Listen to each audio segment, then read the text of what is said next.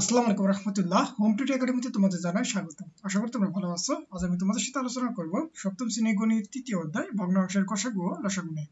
তোমাদেরকে বলতে চাই, তোমরা যদি আমার চ্যানেল নতুন হয়ে থাকো অবশ্যই চ্যানেলকে সাবস্ক্রাইব করিও। তাহলে আজকে আমাদের মূল আলোচনার বিষয় মূলত হচ্ছে অনুশীলনী 8 নং ম্যাথ নিয়ে। আর তোমরা যদি আমার আগের ভিডিওগুলো দেখতে চাও আমি ডিসক্রিপশনে লিংক দিয়ে দেবো, তোমরা সেখান থেকে দেখতে পারো। তাহলে এখানে আমাদেরকে কি বলতেছে যে নিচে দশমিক ভগ্নাংশগুলোর গসাগু নির্ণয় করো। তো চলো আমরা এখানে যে পাঁচটা রয়েছে এই পাঁচটা ম্যাথের আমরা সমাধান করে ফেলি। তাহলে আমাদের সর্বপ্রথম এক নম্বরে কি দেওয়া আছে যে 0.2 ও 0.3 এর কি করতে হবে, আমাকে গসাগু নির্ণয় করতে হবে। আমাকে সর্বপ্রথম কাজ হচ্ছে এই দশমিক ভগ্নাংশগুলোকে আমাকে আগে কিসে পরিণত করতে হবে, পূর্ণ সংখ্যায়। তার মানে কি 0.2 ও 0.3 কে আমরা যদি 10 দ্বারা যদি গুণ করি তাহলে আমাদের কত আসবে, 0.2 কে 10 দ্বারা গুণ করলে আমার হচ্ছে কত 2 একটা পূর্ণ সংখ্যা।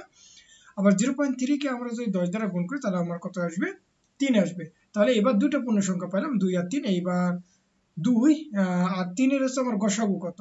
তার মানে আমরা যদি 2 কে যদি ভাঙতাম তাহলে কত হইতো যে 1 গুণন 2, আর 3 কে ভাঙলে আমাদের হচ্ছে কত 1 গুণন 3। মূলত এখানে 1 ছাড়া অন্য কোনো কিছু কমন যাচ্ছে না, তার মানে এখানে গসাগু কত হবে 1। এইবার এই গসাগুকে কি করতে হবে, আমাকে এই যে পূর্ণ সংখ্যা করার জন্য যত দ্বারা কি করেছি আমরা হচ্ছে গুণ করেছিলাম, তো আমরা কত দ্বারা 10 দ্বারা, তার মানে যে গসাগুকে আমরা এই পূর্ণ সংখ্যা করার জন্য যত দ্বারা গুণ করেছি তত দ্বারা ভাগ করবো, অর্থাৎ 1 কে আমরা 10 দ্বারা ভাগ করব। দেখো তাহলে আমাদের এই যে 0.2 ও 0.3 এর গসাগু হবে কত 1/10, অর্থাৎ 0.1। তাহলে আশা করি তোমরা বুঝতে পারছো। এইবার আমাদের পরেরটা কত, এই যে 1 ও 0.5। তাহলে 0.5 কে যদি পূর্ণ সংখ্যায় করতেছে তার মানে আমাকে 10 দ্বারা গুণ করতে হবে। তাহলে এই দুটো সংখ্যাকে আমরা 10 দ্বারা গুণ করব। তাহলে 1 কে 10 দ্বারা গুণ করলে কত আমার হচ্ছে কত 10, আর 0.5 কে 10 দ্বারা গুণ করলে কত হবে 5 হবে। তাহলে এখানে আমরা 10 কে মূলত লিখতে পারি হচ্ছে 2 গুণন 5, আর 5 কে লিখতে পারি হচ্ছে 1 গুণন 5। তাহলে এই দুটোর মধ্যে আমার কমন কে 5, তার মানে এইবার হচ্ছে কত 10 ও 5 এর গসাগু কত হবে 5। এইবার আমরা এই গসাগুকে কত দ্বারা ভাগ করবো, যে পূর্ণ সংখ্যা করার জন্য কত দ্বারা গুণ করছি 10 দ্বারা, তাহলে 10 দ্বারা ভাগ করবো, অর্থাৎ তাহলে 5 বাই কত হবে 10। তাহলে 1 ও 0.5 এর গসাগু হবে 5 বাই কত 10, অর্থাৎ 0.5। এইবার 3 নম্বরটা দেখো যে এখানে আমাদের দেওয়া আছে কত 3 আর হচ্ছে 1.25। তার মানে এইবার 1.25 কে আমরা পূর্ণ সংখ্যা করার জন্য আমাকে কত দ্বারা গুণ করতে হবে, মূলত 100 দ্বারা। তাহলে 100 দ্বারা দুটাকে যদি গুণ করি তাহলে 3 কে 100 দ্বারা গুণ করলে কত হবে 300, আর 1.25 কে তুমি যদি 100 দ্বারা গুণ করো তাহলে কত হবে 125। তাহলে এইবার একইভাবে আমরা এই 300 আর 125 এর গসাগু নির্ণয় করব। এর জন্য আমরা 300 এবং 125 কে যদি ভাঙি তাহলে আমরা কি বলতে পারবো যে 3 গুণন 5 গুণন 5 গুণন 2 গুণন 2, আর 125 কে 5 গুণন 5 গুণন 5। তাহলে এইবার দেখো 300 আর 125 এর মধ্যে কে কে কমন যায়, একটা 5 একটা 5, আর এখানে একটা 5 এখানে একটা 5, অর্থাৎ দুইটা 5 কমন যায়, অর্থাৎ 5 গুণন 5। তার মানে 300 ও 125 এর গসাগু হবে মূলত হচ্ছে কত আমার 25। তাহলে এইবার এই প্রাপ্ত গসাগুকে আমরা কি করব, এই যে পূর্ণ সংখ্যা করার জন্য কত দ্বারা গুণ করছি 100 দ্বারা, তাহলে 100 দ্বারা ভাগ করব। তার মানে আমাদের কত আসবে, মূলত হচ্ছে 0.25। দেখো তাহলে 3 ও 1.25 এর গসাগু হবে মূলত হচ্ছে 25/100, অর্থাৎ 0.25।